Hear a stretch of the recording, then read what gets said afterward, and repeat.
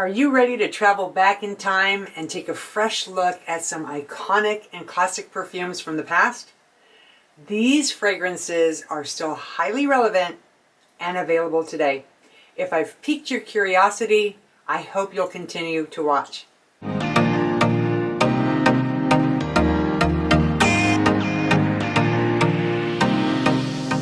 Welcome back to Sasha Scents. My name is Sasha. If this is your first time visiting my channel, I mostly do fragrance reviews, a little bit of beauty and style. So if you enjoyed this type of content, I hope you'll take a minute to subscribe and of course hit that notification bell. And if you ended up liking this video, I hope you'll give it a thumbs up. Today I'm going to share with you some iconic fragrances that are unforgettable and have been around forever. Now, speaking of forever, I have to share these roses that I got from Rose Forever, based in New York. They sent me some roses to complement my new studio space that I just renovated, where I film, and these gorgeous white roses look absolutely stunning in this black box. Let me go ahead and show these to you. Look at how gorgeous this is. These are so beautiful, and the box that they're in is super nice, very elegant looking. It's got the logo in the front there, Rose Forever, and this is just beautiful. And again, they go so well with my decor. Now, the roses are 100% fresh and last an entire year. They use a special rose from Ecuador, which they preserve with natural oils.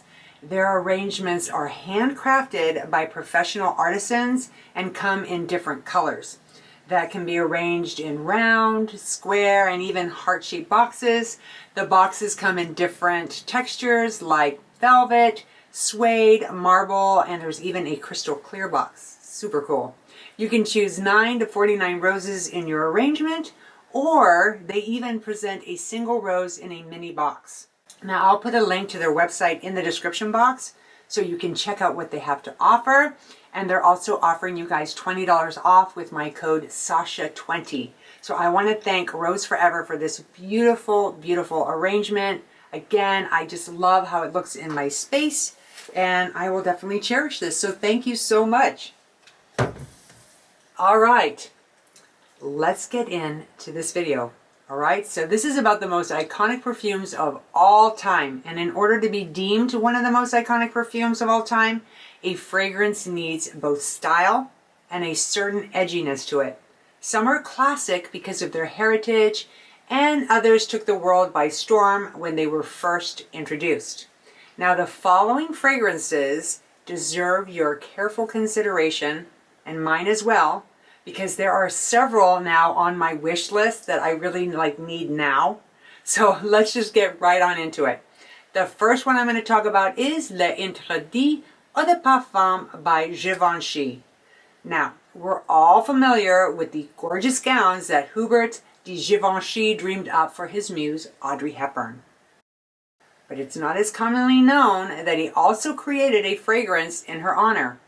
Givenchy commissioned Francis Febron to create the delicate scent for Hepburn, essentially launching the very first modern celebrity fragrance that he presented to her in 1957, but it was not available to the public until the 1960s when it became the first fragrance released by the fashion house. Now, the name L'Interdit means forbidden in French. Since its release, it's been reformulated and is still fantastic, in my opinion, today. I actually own this one, and I really like it a lot. I have it on right now. I notice when I wear this one, the pear and the bergamot is fantastic. It's slightly sweet, a little bit tart, and it's just an all-around gorgeous fragrance. In the heart, there's tuberose, so if you enjoy tuberose, you're going to like this one. There's orange blossom, there's jasmine sambac, and in the base is patchouli, vanilla, ambroxan, and vetiver. So if you like fragrances with vanilla, this is a great one. Now, it does start off with a soft floral, and then it deepens into a dry woodiness, which makes this very interesting. So if you enjoy a fragrance that is a bit complex with some character, you will really enjoy this one. It has great lasting power. Next is Opium Eau de Parfum by Yves Saint Laurent. This is the flagship scent from the house of Yves Saint Laurent. Now this fragrance is very, very alluring and is responsible for establishing the brand as the pioneer of women's fragrances. Opium has always been viewed as one of the most elegant scents a woman can wear. This perfume is striking, it's bold, it's intense and alluring. It's also very addicting and will have you hooked the very first moment you inhale its lovely aroma. This powerful fragrance is extremely long-lasting, and a little bit goes a long way. You don't want to choke people out, and you will if you get spray happy. Some of the notes in here are mandarin orange, there's bergamot and lily of the valley. In the heart there's some myrrh, jasmine, and carnation. Now this myrrh is very apparent in this fragrance, so if you enjoy that, you will really, really appreciate this fragrance. In the base there's opoponax, amber, patchouli, and vanilla. This is the epitome of an oriental fragrance, and it is huge in every way. This is a great nighttime fragrance. You can wear this on any night that you wish to be noticed.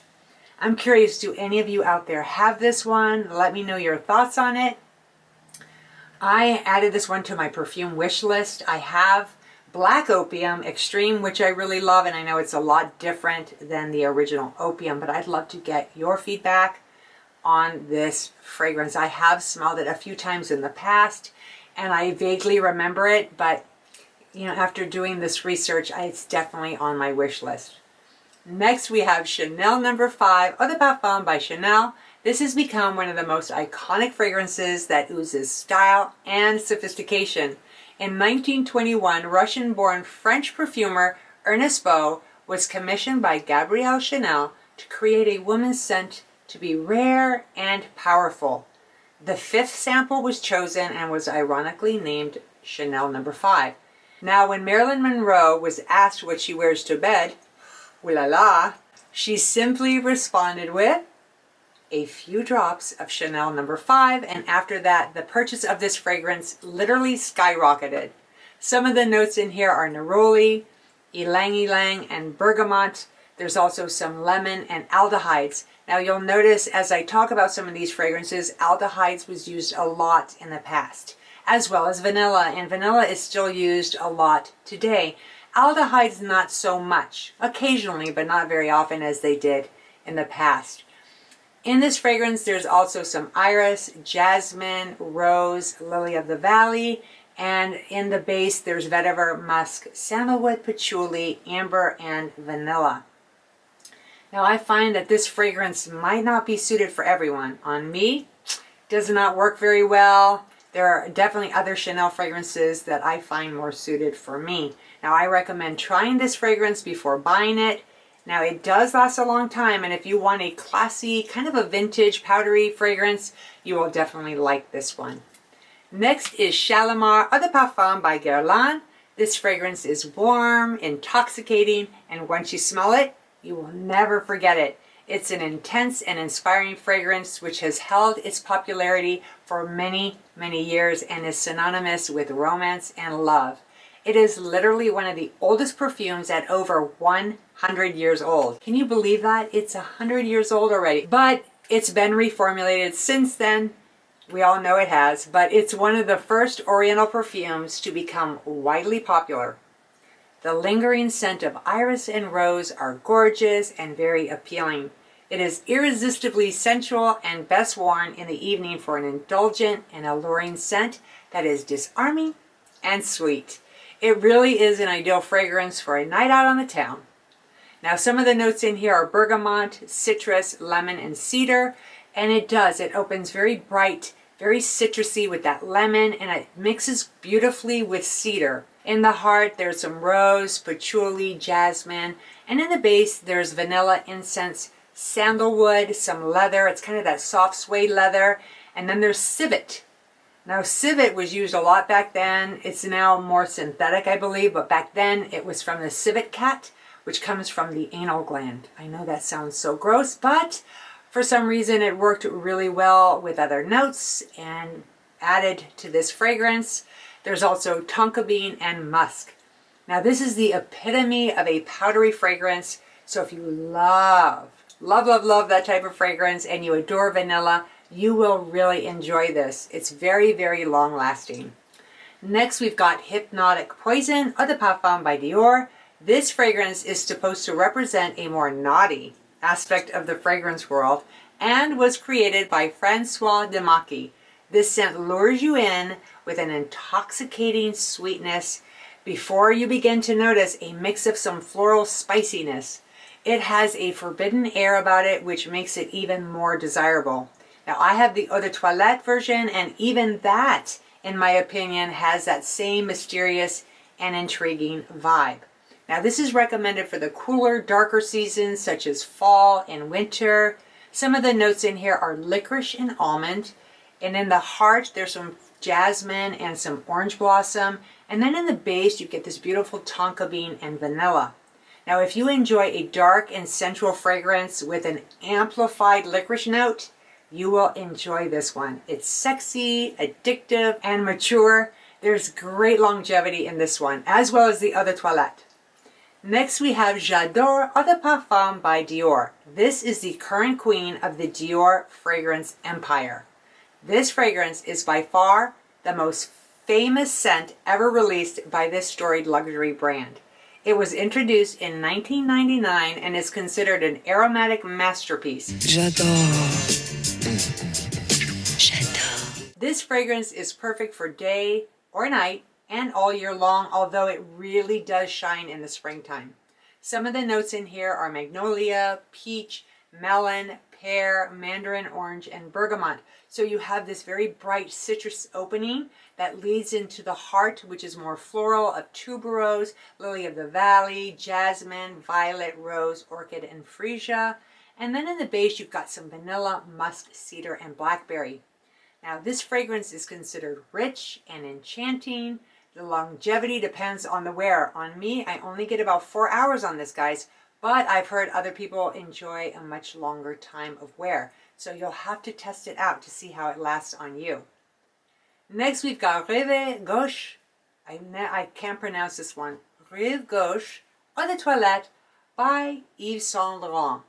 Now, this fragrance was launched in 1971 and was aimed at the free-thinking, independent woman of the time. Rive Gauche perfume. It has an excellent spread of notes with considerable depth. It is mainly floral, but more of a cool floral thanks to bergamot and lemon. It does have a retrofill, but with a modern twist which works well in today's perfume industry. Now, some of the notes in here are peach, galbanum, bergamot, lemon. And so again, it has that bright citrus opening that leads into more florals in the heart, which is rose, jasmine, lily of the valley, geranium, and ylang ylang. Now in the base, you're going to get some vetiver, sandalwood, tonka, some oak moss, musk, and amber. This is one of those perfumes that projects feminine power and control, kind of like that boss lady. It's perfect for autumn and winter and works well day or night. It lasts about 6 hours on me, but it may last a lot longer on you. Next, we've got Dune Eau de Toilette by Dior. Now, this was introduced in 1991 and was inspired by the idea of escaping to a private island to enjoy the feelings of peace and serenity that we all deserve to feel from time to time, especially nowadays with everything going on in our world. The aromatic combination found in this fragrance creates an incredibly complex mosaic of woody, warm, and spicy notes that will send you on an olfactory journey into oblivion. This is favored as a daytime fragrance, but works well in the evening. It is best for summer and fall months. A little goes a long way because this fragrance is considered super long lasting and super strong. Now, some of the notes in here, you're going to get Brazilian rosewood, some bergamot, some mandarin, peony, and again, aldehydes. In the heart, there is rose, ylang ylang, jasmine, lily of the valley. And then in the base, you're going to see vanilla, benzoin, musk, patchouli, amber, and sandalwood, some of my absolute favorite notes. Now, if you want a fragrance that's light in intensity, but very, very memorable nonetheless, this is a great fragrance for your collection. It does well as far as longevity. Next is Obsession Eau de Parfum by Calvin Klein. This was launched in 1985, the year I graduated from high school. And yes, I am that old, I'm 55. But anyway, this was considered the modern perfume that shouts strong femininity from the rooftops. Now, I actually owned a bottle of this in the late 80s and loved it. It's heaty and has a sensual, spicy vanilla scent that leans, in my opinion, more unisex. This was considered a strong and more masculine fragrance back then. However, nowadays, tastes have changed as male and female scents have begun to merge. A lot of the fragrances nowadays, both men and women can wear, and this is definitely something that you would want to wear in the fall and winter. It makes a great perfume to wear in the evenings. Some of the notes in here are orange, vanilla, peach, basil, and that basil gives this fragrance some character, as well as a little bit of that masculinity. And there's some bergamot and lemon. In the heart, there's some coriander. Again, that's a bit on the masculine side. There's sandalwood, some orange blossom, oak moss, rose, and cedar. And then in the base, you get amber, again with civet, vanilla, vetiver, and incense. So if you enjoy a fragrance that really changes from the opening to the base, you will enjoy this spicy, rich, and sexy fragrance journey. Last but not least is L'Air Du Temps Eau de Toilette by Nina Ricci. After World War II, everyone wanted some lightness in their lives, and that extended to fragrance. The French fashion house released this spicy floral in 1948 as an antidote to the mood and to counter other heavy fragrances that filled the market at the time. Robert Ricci took inspiration from the post-war women who flocked to it. The gold bottle was adorned with doves and flowers to symbolize peace. Some of the notes in here are carnation, aldehydes, rose, peach, and bergamot.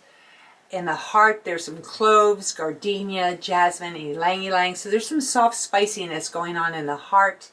It opens with some fruity florals, and then in the base, you're going to get some more spices, some iris, musk, sandalwood, amber, vetiver, and cedar. Now, my mom wore this when I was younger. Now, my mom passed away when I was 16 years old. She passed away of leukemia. But L'Air Du Temps and Anaï were her go-to fragrances. Now, I don't own either of them because I'm afraid smelling them will make me miss her even more. But in honor of my mom, I am actually wearing a jewelry set that she purchased, the earrings, the necklace, and this brooch. When she was, I think, late teens or early 20s, she had saved her money to buy this expensive jewelry set. My aunt held on to it for a very long time. And the last time I was in Holland, I think it was like 10 years ago, my aunt gave me this set in remembrance of my mom. And I hold it very dear to me, and I keep it very safe. So I wanted to wear this in honor of my mom. But speaking of L'Air Du Temps, it's a very lovely, slightly powdery, womanly perfume that is an entire bouquet of flowers. So if you love florals, you're going to absolutely love this fragrance. It's definitely one you should try. That wraps up my review of the most iconic and classic perfumes of all time. Hopefully I have reawakened a bit of excitement for these gorgeous fragrances. Let me know if you have any of them. Do you recommend them? I certainly appreciate you taking the time to watch my video. Enjoy the rest of your day, and remember, one spray can change your entire day. I'm Sasha, and I'll see you next time.